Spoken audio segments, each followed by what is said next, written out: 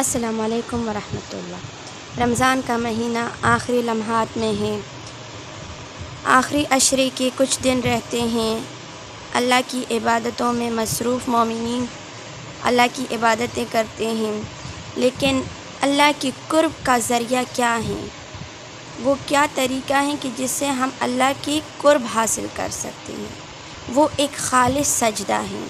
اللہ کو یہ عمل بہت پسند ہے، سجدے کی حالت اللہ کو بہت پسند ہے۔ آپ غور کریں کہ یہ عبادات میں یہ حالت، یہ سجدہ کیوں اللہ کو اتنا پسند ہے؟ اس میں کیا ایسی خاص وجہ ہے؟ کیونکہ جب ہم سجدہ کرتے ہیں تو ہم اللہ کے سامنے سر تسلیم خم کر دیتے ہیں کہ یا اللہ میں کچھ نہیں ہوں، جو کچھ ہے وہ آپ ہیں، آپ کے سوا میں کچھ نہیں ہوں۔ کیونکہ انسان میں دو چیزیں ہیں، ایک اس کی عقل ہے اور ایک اس کی عزت ہے۔ عزت کیا ہے؟ اسے ہم ناک کہتے ہیں، یعنی ہماری ناک اونچی رہے، ہماری عزت اونچی رہے۔ اور عقل کیا ہے؟ وہ ہمارا ماتھا ہے کہ جسے ہم اپنی کھوپڑی، اپنے دماغ کو عقل کہتے ہیں۔ تو سجدے میں یہ دونوں ہی چیزیں زمین پر لگتی ہیں۔ ہم اللہ کے سامنے یہ دونوں ہی چیزیں زمین پر رکھ لیتے ہیں کہ یا اللہ میں کچھ نہیں ہوں، نہ میری عزت ہے، نہ میرا عقل ہے، جو کچھ ہے وہ آپ ہیں۔ آپ نے یہ عزت مجھے دی ہے، آپ نے یہ عقل مجھے دیا ہے۔ اگر آپ نہ ہوتے تو نہ میری عزت تھی، نہ ہی میرا عقل تھا۔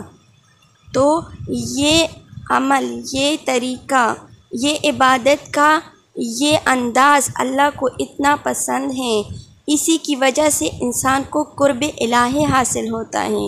کیونکہ ہم خود کچھ بھی نہیں ہیں، جو کچھ دیا ہے اللہ نے دیا ہے۔ اگر ہم عقل استعمال کرتے ہیں تو اللہ نے عقل دی ہے۔ اگر ہماری کوئی عزت ہے، کوئی ہمیں سلام کرتا ہے، کوئی ہم سے عزت میں بات کرتا ہے تو اللہ نے یہ عزت دی ہے۔ اور جب ہم عبادت کرتے ہیں تو اللہ کے سامنے یہ دونوں ہی چیزیں رکھ لیتے ہیں اور کہتے ہیں کہ یا اللہ ہم خود کچھ بھی نہیں ہیں، جو کچھ ہے وہ آپ ہیں۔ یہ دونوں ہی چیزیں جس کے لیے ہم لڑ رہے ہوتے ہیں، جس کے لیے ہم تکبر کر رہے ہوتے ہیں، وہ آپ کے سامنے کچھ بھی نہیں ہے۔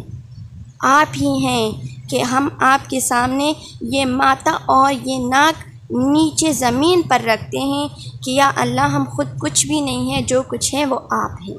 تو رمضان کا آخری عشرہ ہے، یہ کچھ دن رہتے ہیں، اس میں اپنے سجدوں کو طویل کر دیں، زیادہ سے زیادہ سجدے کریں۔ اور اس کے علاوہ دوسرا جو انسان کے پاس وسیلہ ہے وہ آنسو ہیں۔ اگر اللہ کے سامنے اپنے گناہوں پر شرمسار ہو کر، اپنے گناہوں پر ہاتھ باندھ کر اللہ سے معافی مانگے اور اپنے آنسوؤں کو وسیلہ بنائیں تو اللہ اس رمضان کی خاطر ہمارے گناہوں کو بخش دے گا۔ اور جب گناہیں ختم ہو جاتی ہیں تو سر کے اوپر پردہ ہٹ جاتا ہے، پھر اللہ کی رحمتیں اور نعمتیں اور برکتیں اوپر سے آتی ہیں اور انسان پر برستی ہیں اور انسان باکمال بن جاتا ہے۔ تو اپنے سر سے ان گناہوں کا پردہ ہٹا دیں اور اللہ سے دعا کریں قرآن کی خاطر، یا پروردگارہ اس ماہ میں آپ نے قرآن نازل کی ہیں، ہمارے گناہوں کو بخش دے، آمین یا رب العالمین۔